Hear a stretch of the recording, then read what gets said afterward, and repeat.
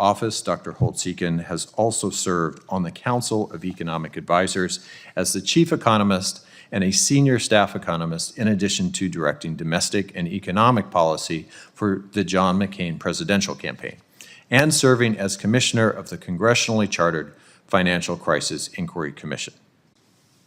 Okay. Try this. Okay. Good afternoon, Chairman Heinrich and committee members.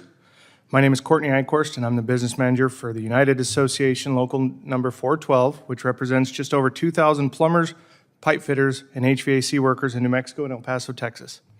I also serve as the president of New Mexico Building Construction Trades Council.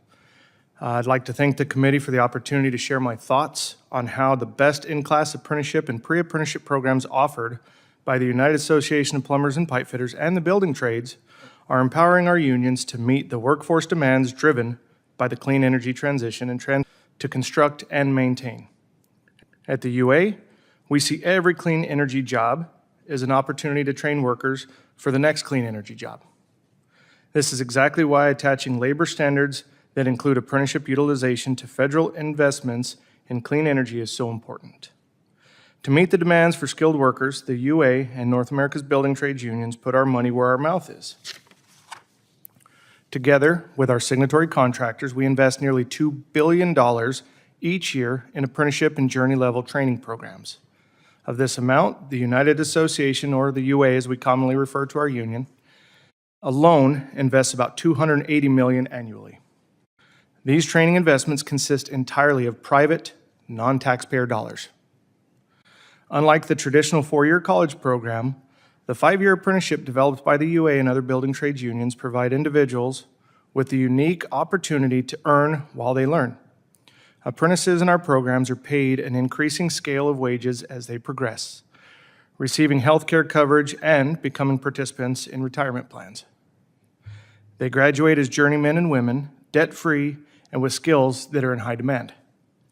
In addition to our gold standard apprenticeship programs, the UA and other building trades unions are also increasingly investing in pre-apprenticeship programs that can be designed to help prepare high school students or individuals from underrepresented communities and others for a career. 412 has numerous apprenticeship initiatives that have proven to be highly successful in creating a pipeline between the communities we serve and family supporting careers in our industry.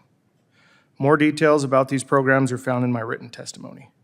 They include a 12-week accelerated weld program and a partnership with 14 different high schools in remote areas of New Mexico. This large jump in apprenticeship speaks for itself as to the success of our initiatives. While I'm exceptionally proud of the work that we have done at Local 412, there are similar stories to be told throughout the United Association. For example, this past June, the UA and Capture Point Solutions committed $310,000 to a new pre-apprenticeship program in Vernon Parish, Louisiana, which will create a training and employment pipeline between high school juniors and seniors in Vernon Parish and a new carbon capture hub being developed in central Louisiana.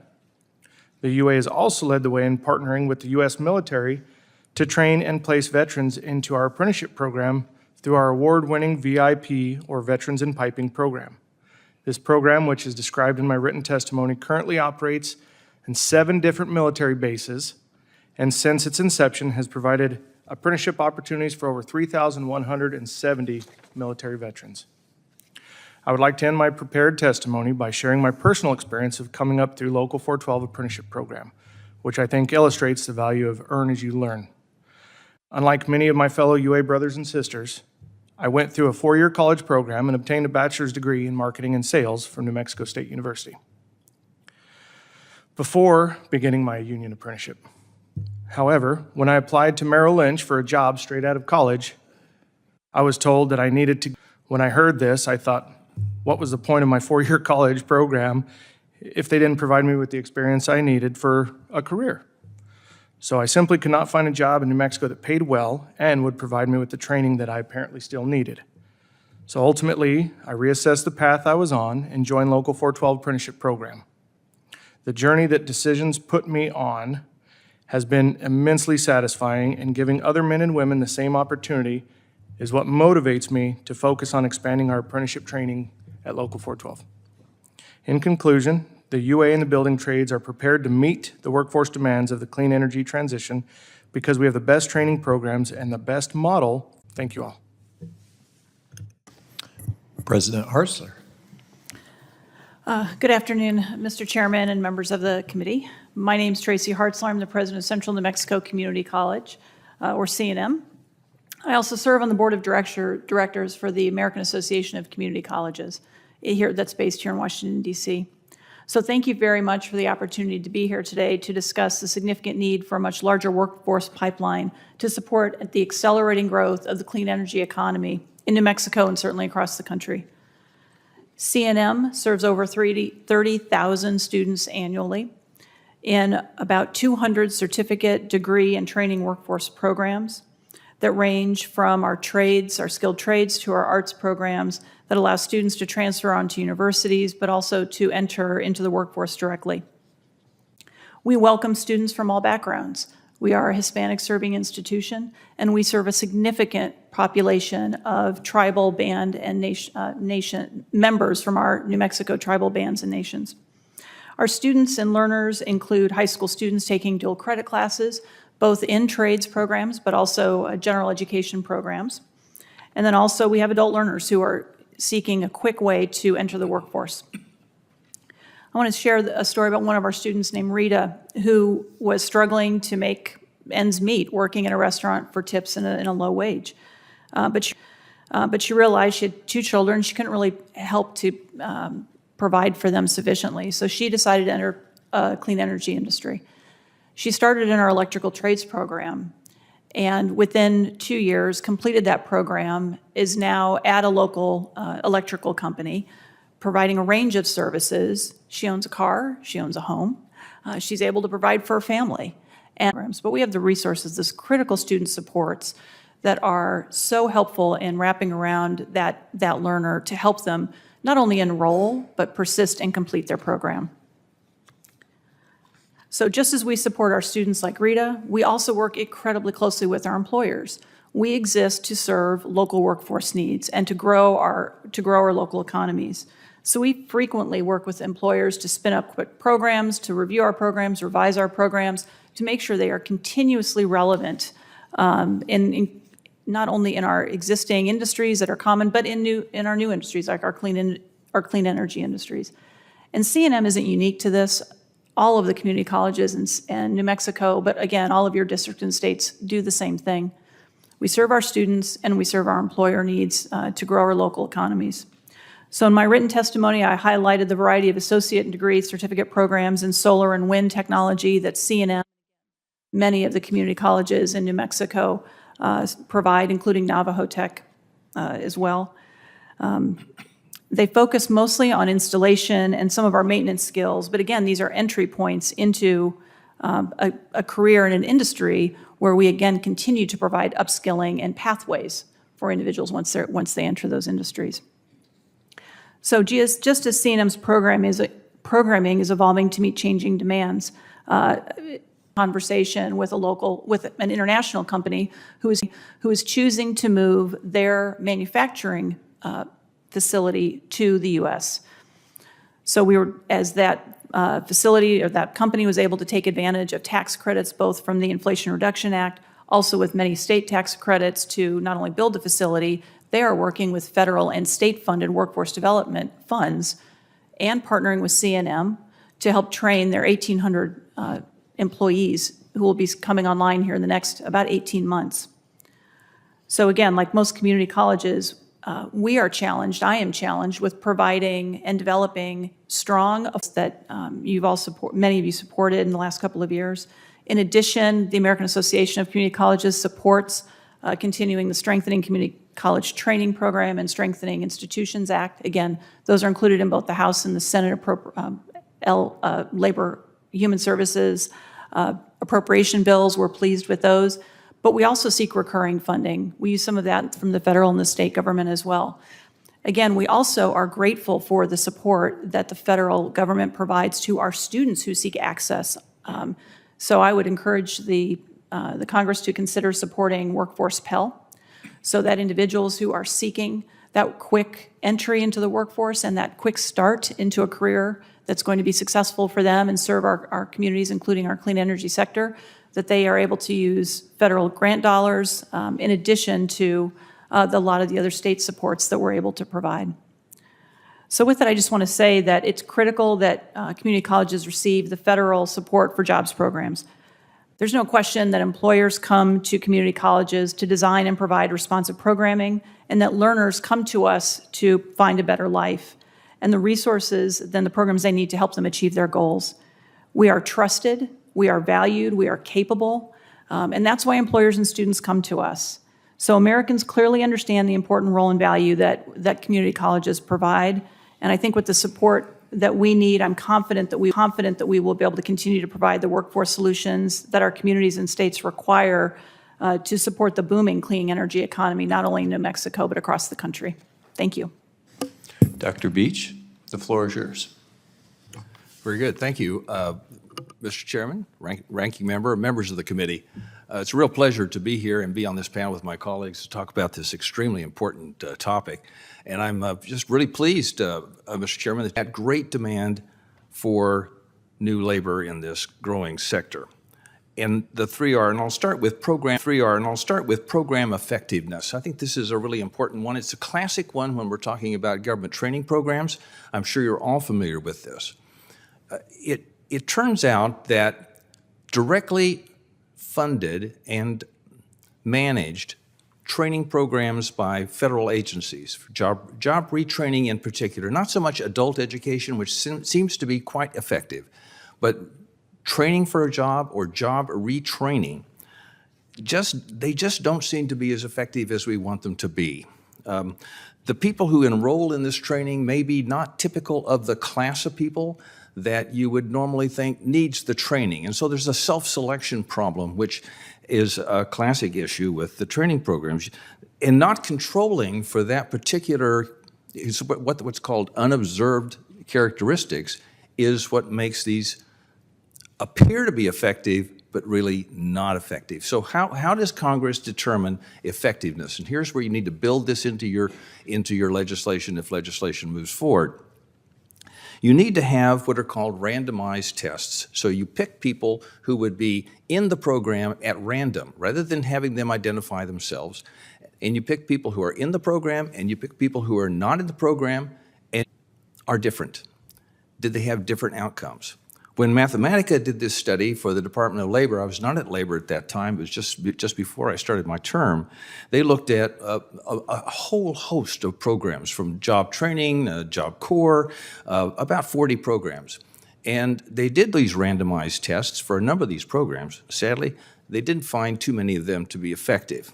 What is effective is what's happening in the private sector, and certainly in the joint efforts of labor unions and private companies to train. And so we need to study, why are those effective? I want to have a lot of data that tells you what is the demand for these jobs. And these data need to be produced by a statistical organization. BLS stopped producing those data in 2011. I'd be happy to discuss the reasons why. And at that time, for the green jobs data which they were producing, they found that there were about 2.1 million green jobs in the United States. That's 2011. I took the liberty of just updating that number, and when you update that number for the larger labor force, you get about 5 million green jobs in the country. There are many different ways of figuring out what the green jobs are, but you're going to want to have that detail. I produce a chart in my written testimony that lays out all the occupational characteristics that BLS was able to produce. It is crucial, if you're going to pursue the area of green jobs in a systematic way as congressional policy, that you have those data in front of you. But they're costly, and that's my third point. Congress is severely challenged, as you all know, you're working on this right now, to bring its fiscal house in order. We've had a 53% increase in publicly held debt. We've had a 42% increase in outlays just in the last 4 years, just unprecedented increases. And what has paid for your increased outlays? What has paid for that? Recent work by Robert Hall, only 7% came from tax revenues. 76% from bonds, and 14% from money creation. So to conclude, you have some challenges in front of you, and I think you need to confront those honestly and directly, and I'm sure you will. And then you need to say, how can we pay for these jobs programs that we're going to fund? Clearly, given the fiscal challenges, that kind of just jobs in the economy, and there's nothing special about them. Sure, they could have some firm-specific or occupation-specific skills that you need to have, but that's true all through the U.S. economy. And it's a standard problem in workforce development to develop and deliver those kinds of skills to workers so that they can be effective in their careers. So this is something that, by and large, we have confronted before, and by and large, there are enough private sector incentives for firms to deliver that, to make sure that their workers can be effective in their jobs, or other private sector actors. You've heard from some already, unions and others deliver that training. And so that seems to me to be the real lesson of where we are right now. And it suggests several very simple principles for policy going forward. The first is there is no need to set up a large, new, dedicated, clean or green energy workforce development effort. Instead, that notion should be put aside, and existing routes of training should be pursued. I would echo what Dr. Beach said about the success of federal training programs. If you look at things like the Workforce Innovation Opportunity Act and the adult and displaced worker training programs there, in our work, when we looked at that, what you found is lots of people got trained for jobs that didn't exist anymore, and there was lots of demand in new jobs, and those people didn't have the skills to fill them. This is an area where there's going to be a terrible track record of delivering would be a mistake. Instead, all of the efforts should be on private sector training, supporting these collaborative efforts that we've seen across the country that have been successful for a long, long time in meeting the labor force needs of local businesses, and using registered apprenticeships wherever possible because they have the best record of success there as well. So I think this is an important topic and a good hearing, and I look forward to answering your questions. Vice Chairman, we held your opening, so the floor is yours. Well, with our staff and this and that, because there had been some history for those of you who've been on the committee before where sometimes we were cranky towards each other. But one of the things we tried to actually looking at is what's the definition of a green job? And this may go to my friend with the history in BLS. If we actually as a committee or even for staff, maybe it would be really smart for us to build sort of a universal definition. And the reason for that is you get those of us in the political class who get up all the time and say, this bill will create this many jobs or this many jobs. Wouldn't it be nice to actually have at least a common benchmark, whether it be on the right and the left, what the hell we're talking about? Second thing is, we have a couple things going on in the House, and I apologize, we're a little distracted, but I'm working on it. But, and it may be 20, 25 years ago, there were actually some attempts to do some pretty detailed research of the job training programs of the 1990s. And the justice position, I remember it was a long study, it was an academic one, and it talked about programs that had reached out, and I love my community college. I'm from Maricopa, I got an AA from my community college, biggest I think maybe in the country. But the data set that came from that said the government-sponsored training that used these educational facilities, what primarily was happening is when the graduates came out, they had to be retrained at the business level for the business mechanisms there that may be the fastest way we reach productivity and participation in, as you want to call it, the green economy, is not a surreptitious route through a government sponsor. I'm a PAC rat, it's in one of my binders, but I remember even then, many years ago, the cost per job of the training was outlandish, and a fraction of that might have been a much healthier incentive, but it has to be carefully designed for the relationship between that employee and employer to have sort of a modeled apprentice program. It actually steals some of the brilliance some of the industrial unions have created, saying, but allow it to be an individual contract with an individual employer to learn their skill set, because it turns out if I get my electric certificate on how to put up electric photovoltaic panels, I may be able to go do other types of electrical. We need to make sure that this job training has the flexibility that our arrogance, which often leads us down a bad path, is green energy, every type of job, is going to probably look different 5 years from now, just like it did 5 years ago. How do we make our education flexible so we're making people so they have a productive life instead of we wall them off from their future? And with that, I yield back. Great. Well, we will start with questions and alternate back and forth. And I want to start with you, Mr. Eichhorst, and I want to make clear, I actually don't call these green jobs. These are just jobs. And the thing I do like them where you can really build a family around these skilled trades jobs. How important are these types of programs in preparing young people for careers in the trades? The programs that start before you get to the graduation of your high school. Because I think one of the things that we hear that changed over the course of the last 30 to 40 years is this idea that if you don't get a 4-year degree, just forget about it. And now we're in this position where we really need skilled trades. And the demand signals in New Mexico, I mean, some of this has been mentioned, but 1,800 factory work, more skilled trades people just building the fab at Intel right now. And, you know, every job we don't fill is going to be filled by somebody coming from out of state, and we want to build long-term capacity. So how important is it for us to be working with the high schools to get this stuff, the career technical education back in the high schools to create an on-ramp for apprenticeships? Thank you for that, Chairman Heinrich. I appreciate the question. When I went through high school in the 90s, we did have shop classes. We had welding classes, we had automotive. I wouldn't have finished high school if it wouldn't have been for welding classes. I was bored to death sitting through some of those classes. And because I had the ability to go out and weld, go make pig feeders, go make different things, I stuck it out.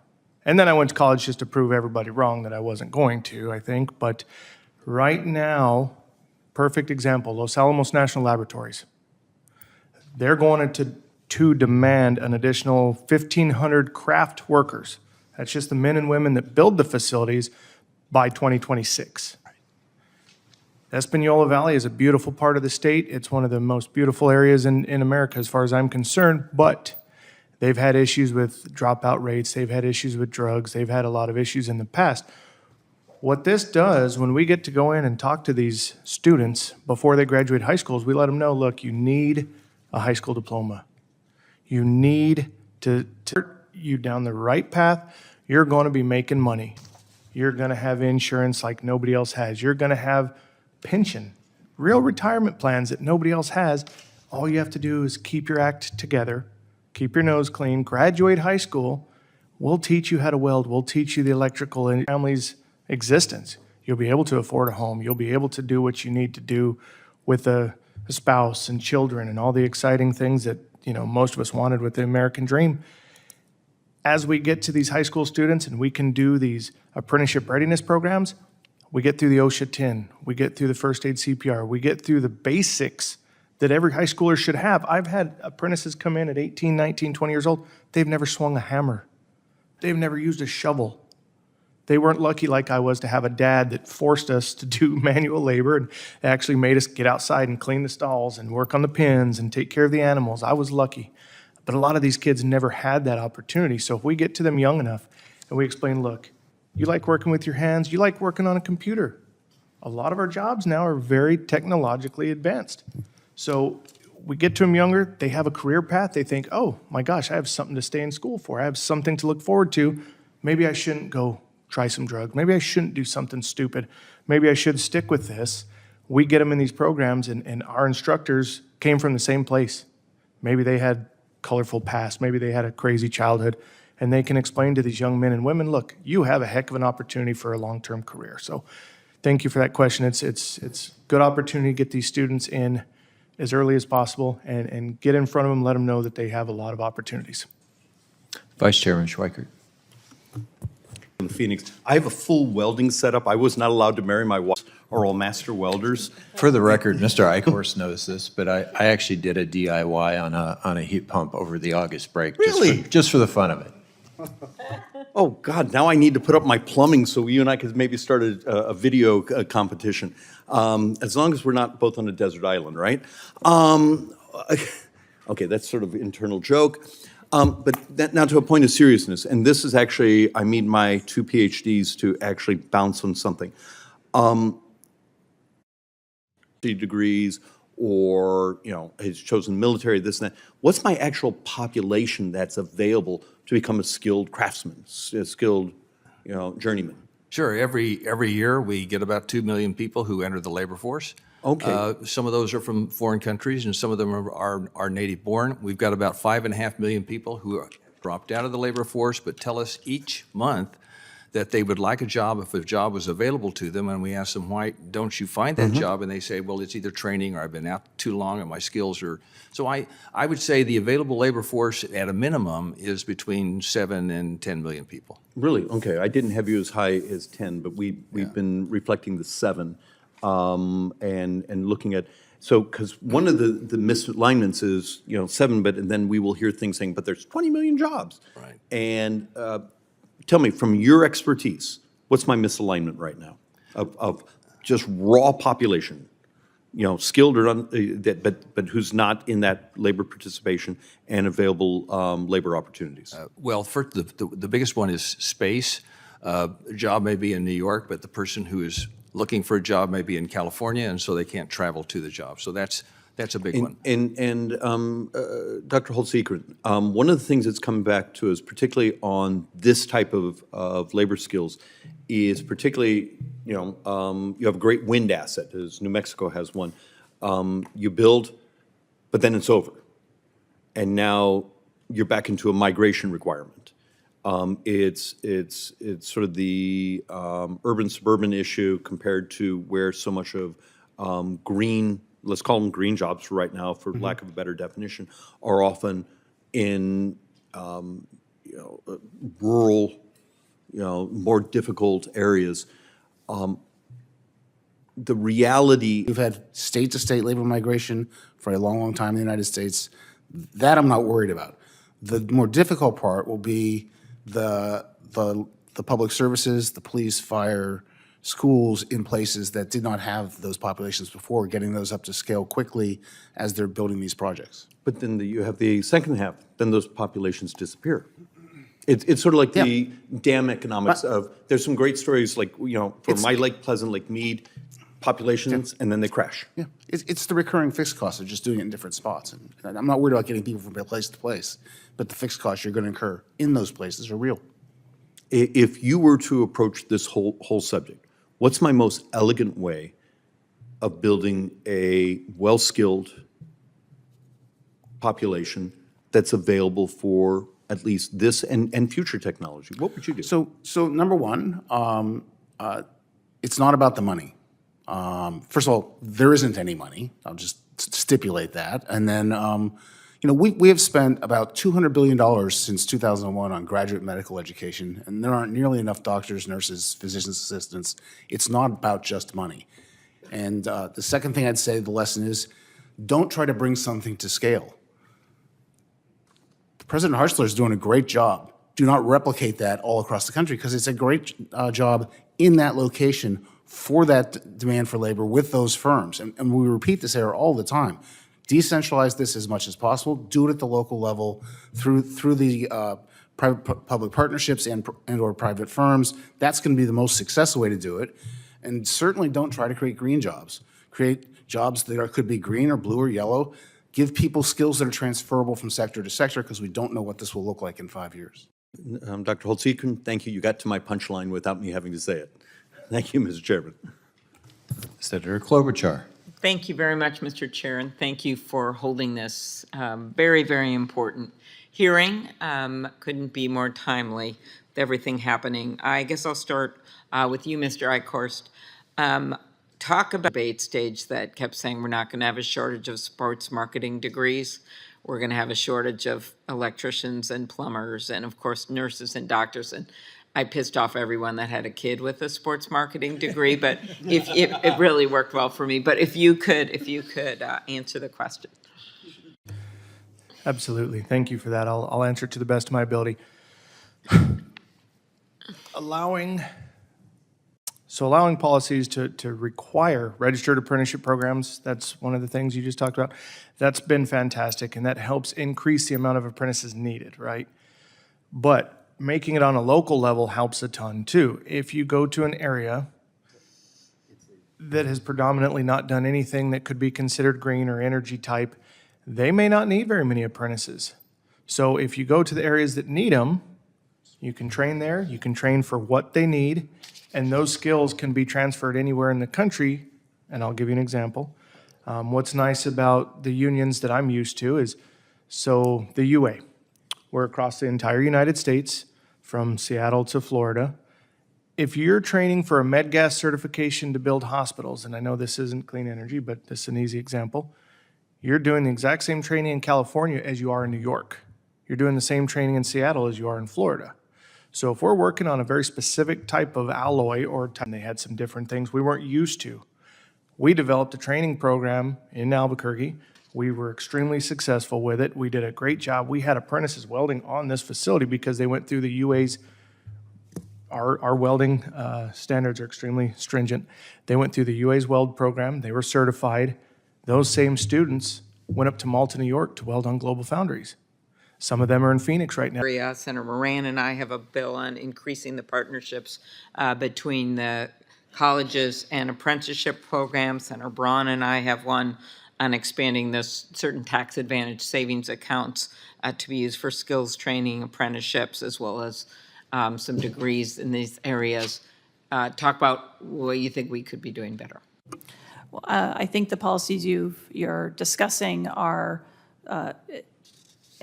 exactly what I'd say any learner who's coming to a two-year college would want to see enacted. There's no question, I'd say building on the prior testimony, that pre-apprenticeships are so critical. We do that with our school districts, our dual credit. We work with 135 high schools. What's important about those high schools is that we're training them and we're exposing them, many of the students, to certainly working opportunities while they're in high school and certainly when they come to college because they're taking these dual credit classes. But we're also helping them earn at the same time. So when you talk about savings, how important that is, not only, and I would just want to say, not only for these initial training expenses and experiences, we know that this is lifelong training. This is not a one and done. It's not 1 and 5 years and done. So we know that we have a third of our learners at the college already have degrees. They may be marketing degrees, but they're often nursing degrees and seeking, there might not be other financial aid allowances for. Okay, thank you. Both my dad got a 2-year community college degree, as did my sister, and she got her GED first, so our family wouldn't be around if it wasn't for 2-year degrees, so thank you. Last, Dr. Holtz-Eakin, you touched on it a bit, but the importance of immigration reform right now. No great nation has expanded, as far as I know, with the shrinking workforce. And I don't think we want to be the first experiment when you look at the numbers. And so get their degrees here. I think we have 12 Republicans on it. Talk about that quick. I could talk about that for 2 hours, but the 30-second version is that there is no more important economic policy than immigration reform, period. The native-born population has sub-replacement fertility. Our future will be dictated by our immigration decisions. The pace at which the labor force grows, the skills that are embedded in it, everything is about immigration. The current system is broken, and a comprehensive reform would be great, but if you can't get that, anything that will provide greater flexibility in the use of skills in the U.S., letting the spouses of H-1B recipients work, Not have things to like wait that. 5 years, because then they're Right. all going to Canada, because they The can list goes work at the- on and yeah. on, so I encourage you to pursue this in any form you can. Okay, thank you. Senator Schmidt. Thank you, Mr. Chairman, and thank you all for being here. I guess what I wanted to do in the limited time that I have is just, you guys are all dealing with, well, especially this side, or sort of, you guys are looking at the numbers, but you guys are kind of dealing with a lot of downstream effects that are certainly beyond your control, but certainly some decisions that have been made. This is my first Congress, my first term in the Senate, but certainly a lot of decisions that have been made have had an impact. And I think it is important for us to acknowledge, I think, some of the fear mongering that happens that drives a lot of the dollar. Time bomb and released a report of reports on the dire status of global climate, describing a multi-million-dollar plan to implement climate change policies across the globe. The Secretary General called the report a survival guide for humanity. To him, the era of global warming has ended. The era of global boiling has arrived. And the United States has spent $5 trillion, with a T, trillion dollars, that now has downstream impacts that some of you are dealing with, whether it's retraining or apprenticeships. I do want to ask the question, and I don't know who the best person to ask. So, Doctor, I'm going to pick on you or ask you this question, and I do.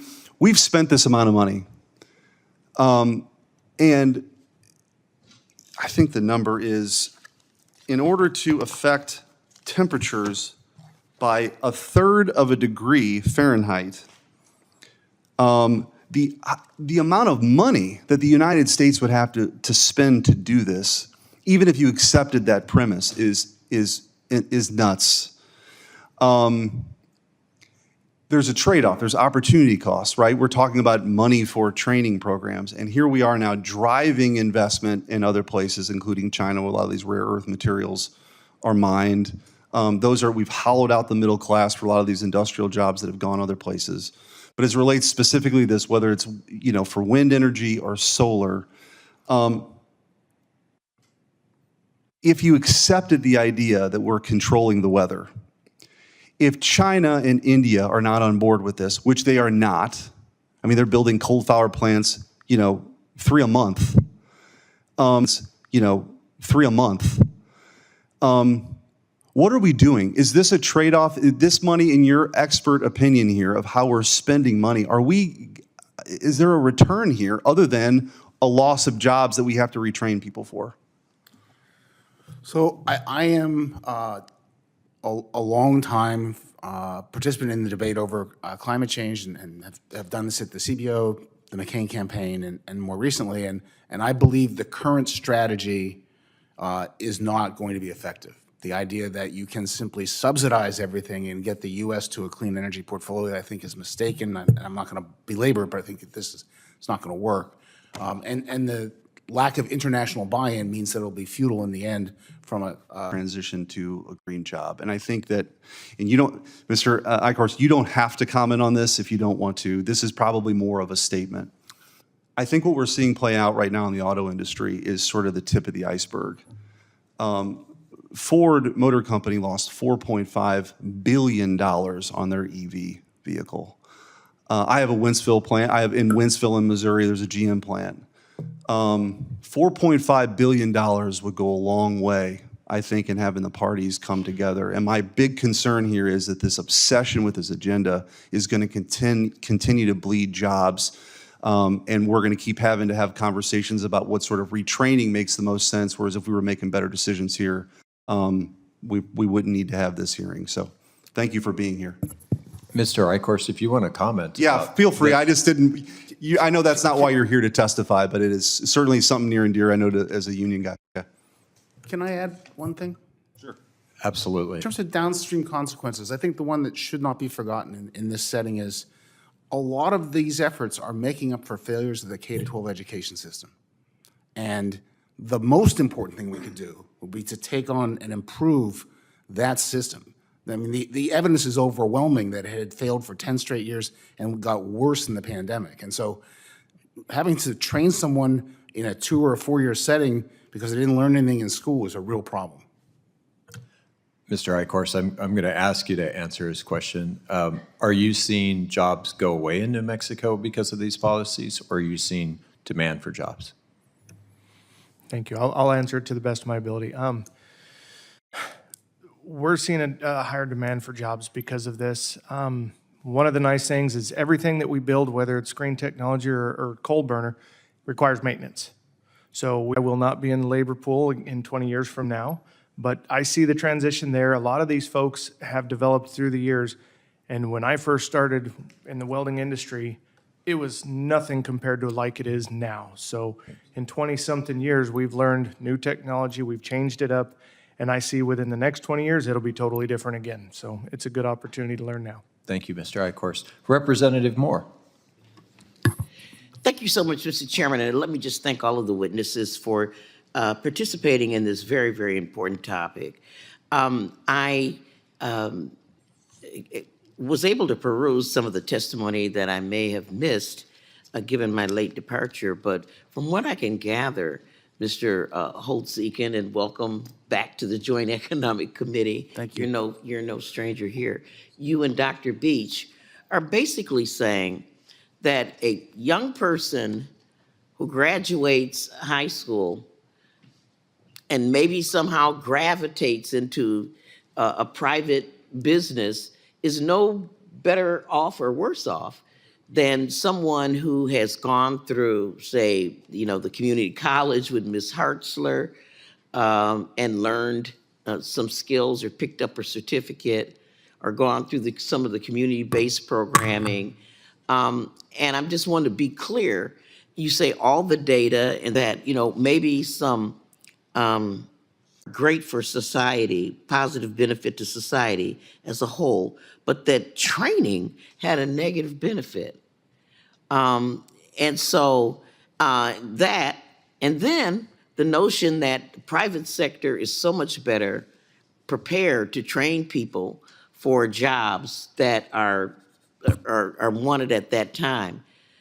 And I'm sort of confused as to how people find out about the Gwenmore company that wants. Agree that that's a fair characterization of my testimony, except for one thing. I think the community colleges stand out as the successful actors in this field.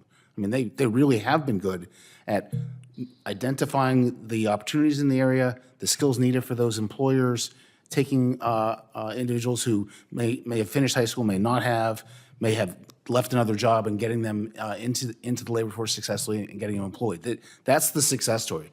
The failure is especially the Workforce Innovation Opportunity Act, the one-stop shops, and where people just walk in and say, I need to get a job, I can't get a job, help me. We don't help them. Okay. What about, And you should be upset. I mean, that's not a I'm good not getting thing. upset. What about we had the National Association of Building Trade Unions and stuff like what Mr. Ikorst is doing.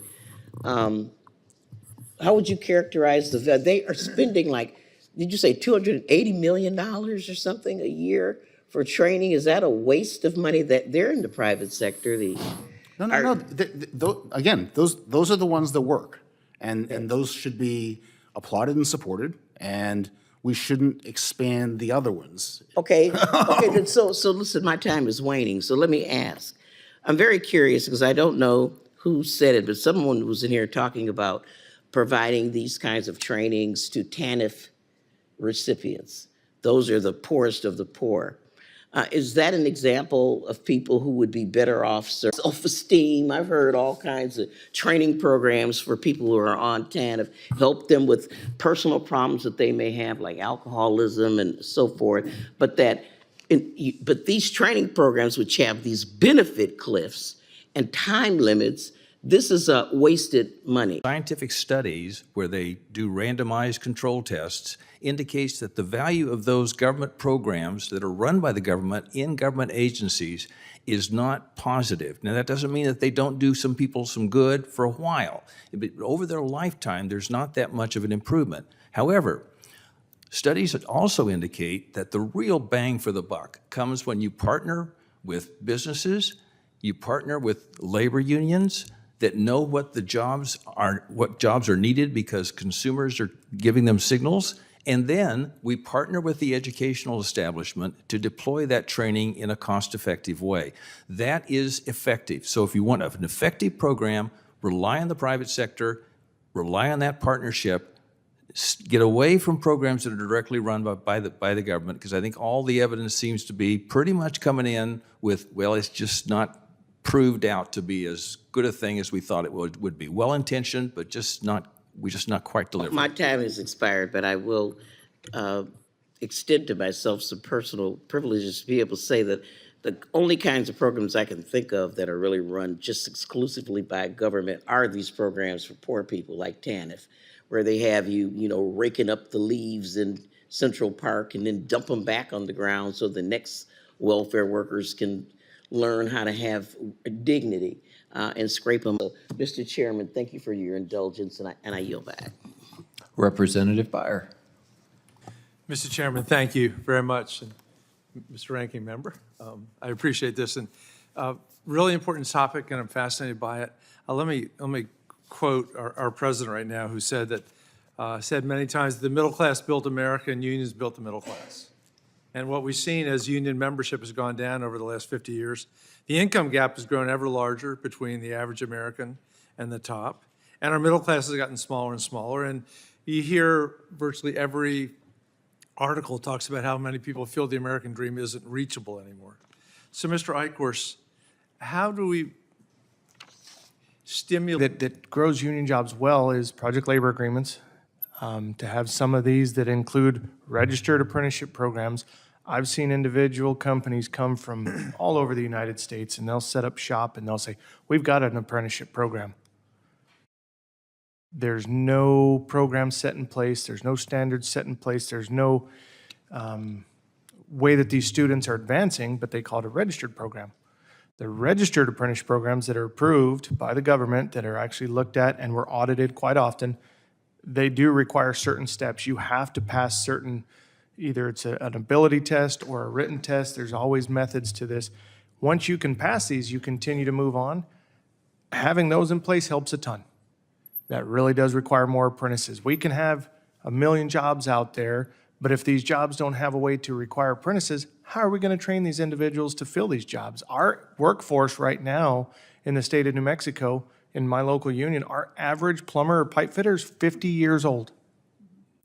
Who in the heck should still be working hard in the field at 50 years old? We've got to start training our replacements. That's one of my biggest issues. When we require the registered apprenticeship programs with these legislations or with these bills, that helps train our, I'd say the next 20, 30, 40 years of workforce. That will allow us to get into some of these government agencies and say, look, you're doing a great job training these kids that might have dropped out from. We jump in there, we help them out, we get them through the basics. Once they get through the basics, if they choose to get in an apprenticeship program, that's great. The demand will be there. They will need more apprentices. So the more legislation we can include registered apprenticeship programs, and that's a nice thing. It's both sides. Registered apprenticeship programs are all To the federal investment in new technologies in terms of what you see the jobs are that are coming? So we like any jobs. We love to build, whether it's green technology, whether it's old technology. If we are taking an old coal burner down, or if we're remodeling an old coal burner plant in the United States, it still work for us. We love work. The building trades, and especially the UA, we love all construction. And as it turns more green or more environmentally friendly, we're keeping up with those technologies. We love work. We love more and more. The more that happens around the country, the more plants that are built, the happier we are and the more men and women we can put to work. Great, thank you. Let me pivot to Dr. Holtz-Eakin, who's no stranger here. Doctor, you wrote that the majority of the occupations listed aren't specific to the solar power industry, and that, and certainly my own experience in the retail automobile business is that most of our technicians come with, maybe they had some training in the military, occasionally they had a tech school, but mostly the manufacturers put them through years and years of training. Every quarter somebody's gone for a week learning how to do automatic transmissions or whatever. What implication does this have as we struggle with meaningful trade adjustment assistance? We know that trade agreements and technology have displaced so many workers. We don't seem to have got displaced workers. I would concur with the finding, right? We really have not had a successful trade adjustment assistance program in the United States, in part because it's centered on the establishment, and the establishment being raising his hand saying, we're suffering from trade competition. These workers are going to lose their jobs because of it. They're now eligible for TAA. That's not looking at the person. That's looking at the current occupation and the current establishment. And in fact, the federal training programs do their worst when they're trying to figure out the specific skills for the future that people need. Training programs, right? And most of us up here don't have a clue about how actually to implement it. You all have real-world experience or the benefit of years of studying. And I would like us to have some way where the folks who have to do it and have some skin in the game, which is employers and ambitious young people who want to get trained, can get into a program that's meaningful. And it seems to me that it does take a design has to include like labor, because there's a real interest labor has in having young people get into the trades. It clearly can involve community college, because that's where our young people who can't, who have aspirations, but oftentimes lower incomes, go to try to take that next step. And it obviously has to include the employers, because if employers don't want to waste their time, they really need workers. So I just want to ask you if there's some way where we could accomplish the training that is absolutely essential and do it in a way better than we can prescriptively from here. And I'll go with you, Dr. Beach. By the way, you're in the Coolidge Foundation? I am indeed, sir. So you've been to metropolitan Plymouth, Vermont. Indeed, I have visited Plymouth. It was great to see you. But right. Go ahead, I'll let you start with Well, I just wanted to your say- Vermont credibility. Yeah, well, So- thank you very much for my association now with Vermont. I expect citizenship soon. So there are a couple of things that I think we ought to do. First off, I sponsored a study through the state of Minnesota when I was commissioner to find out whether the employment service provision could be more exploited than it is, which is to give information to workers about what is happening in the private sector. Now, That can happen like in community colleges, amen. right? 'Cause I mean, I know students are really interested in getting that. But what about this partnership idea? Because as I mentioned, I just don't see how this happens out of partnership. Do you want to start, President Hartzler? Sure, if I may. Thank you, Mr. Chairman and Representative. So I don't think there's any question that the work that the federal government and the states do that require, and frankly, our industry standards, where there are licensed professionals, require all of us, whether it's the trainer, the employer, and other partners, which could be state government, could be our unions, and certainly our K-12 partners, come together to identify what are the job needs, not only today, but in the future, because our employers are telling us what they need. We use BLS data, but frankly, that's historic. It's not as much as predicting or telling us where we're going. So you have to have employers, and frankly, employers come to us to do the training. So there's always a partnership with employers. So by requiring our advisory committees, our professional organizations for licensing that tell us what to do, what the skills and the competencies are that our learners need at any point in their career, by making to apply for grants, to utilize our resources, whether it's shared facilities. So there's a great deal of oversight from our But how do we elected- make it work yeah. better? I mean, we got to get more folks trained.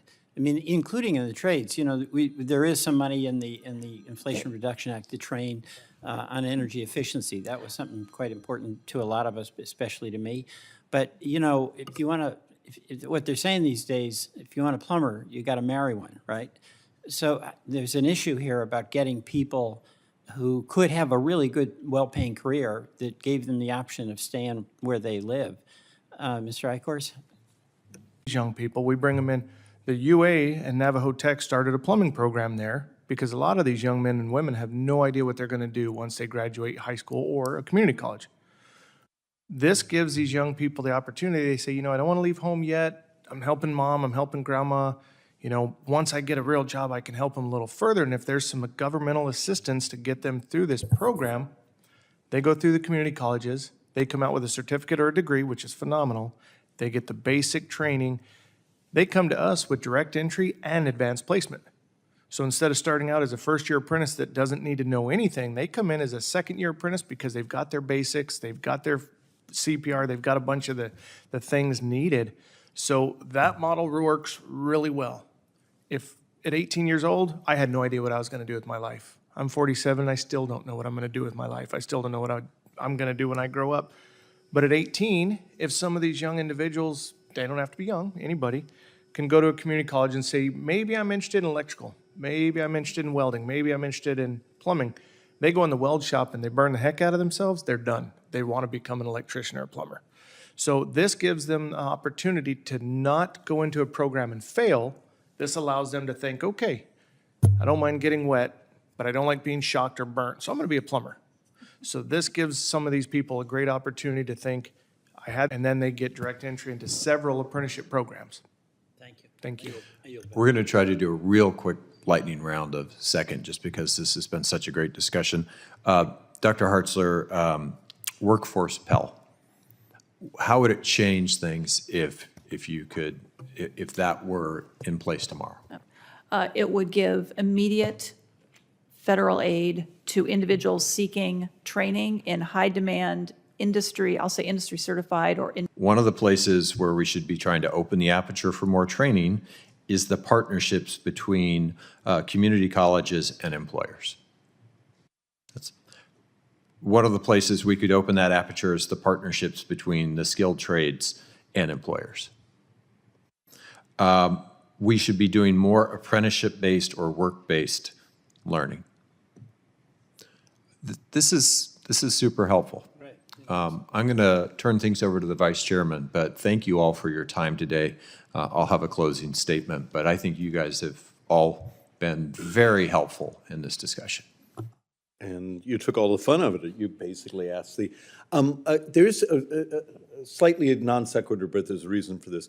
Dr. Holtz-Eakin, if you happen to come across someone who knew their way around the BLS, and you could ask saying, here's my dream, I really need this data set for them to do, what would you ask them to produce?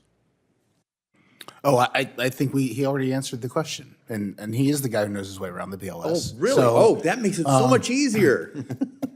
we in all aspects of documenting the labor force rely on too many one-year snapshots and not enough studies of the dynamics of individuals through their careers. And their education, entry, exit, job, entry, exit, incentives to do things, and what the gaps. Right, For both you, but I also, we have a bunch of freaky smart economists on joint economic. you do. What could we also research? What do we do to understand what's really going on? You know, and part of my is self-serving. I have a fascination right now with demographics. Area, it's not intellectually hard to do, it's just bureaucratically hard to do. So that's the first thing. Secondly, when I was commissioner, I supported 52 labor market information systems around the country. There are state-level organizations that collect data and then propagate that data through the UI system and through state organizations. They are dying for a little larger mission statement.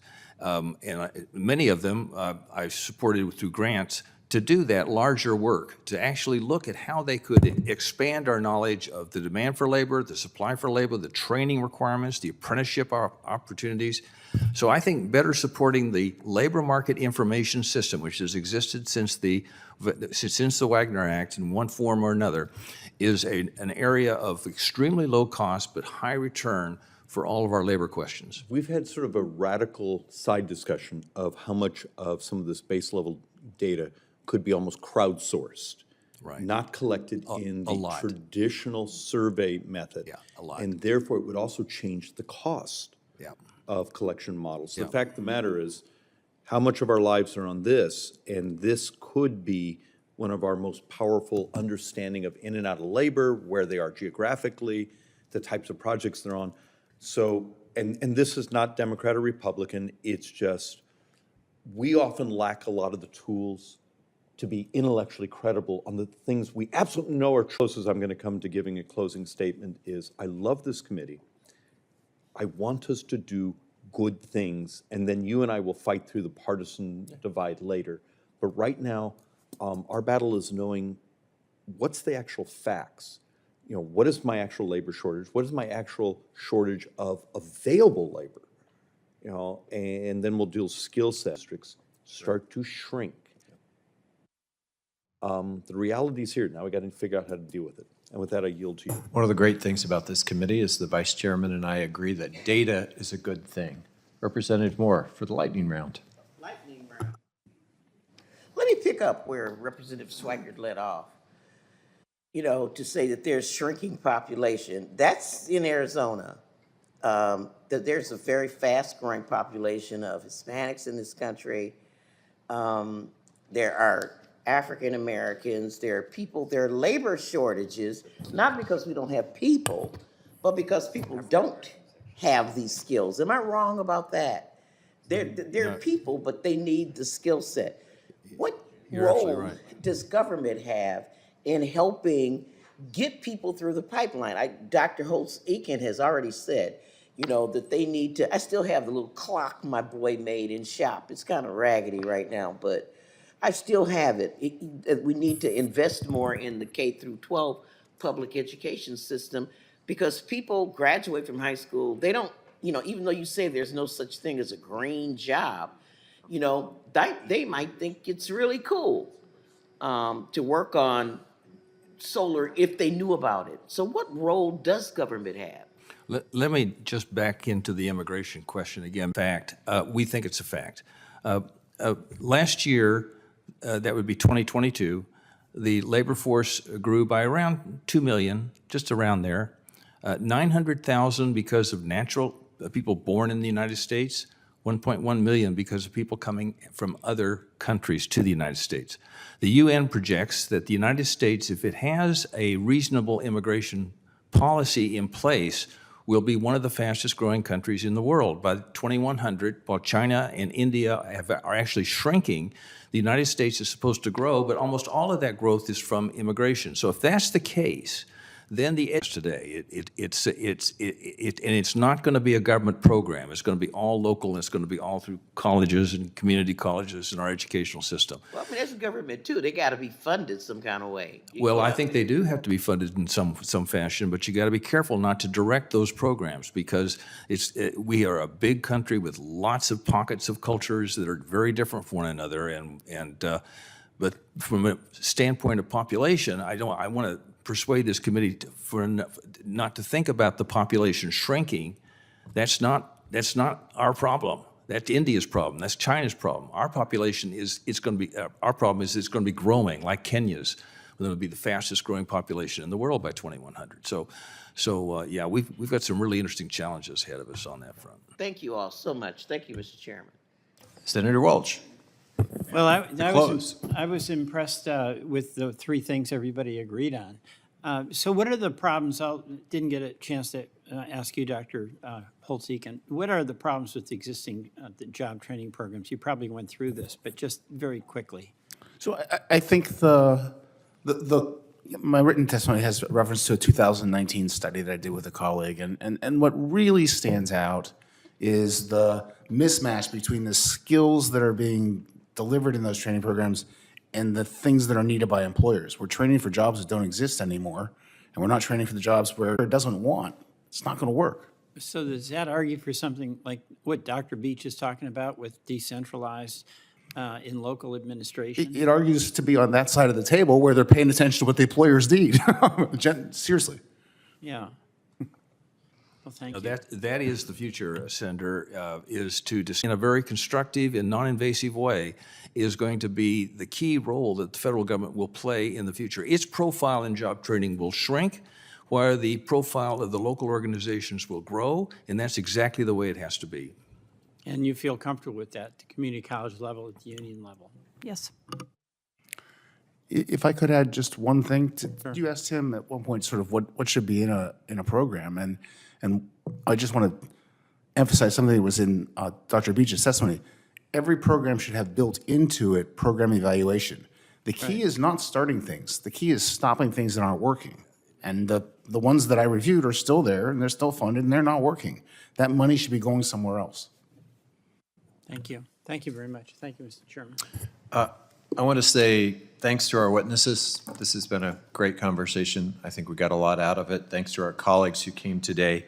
Questions for the record may be submitted after the hearing. The record will remain open for 3 business days from now, and this hearing is now adjourned.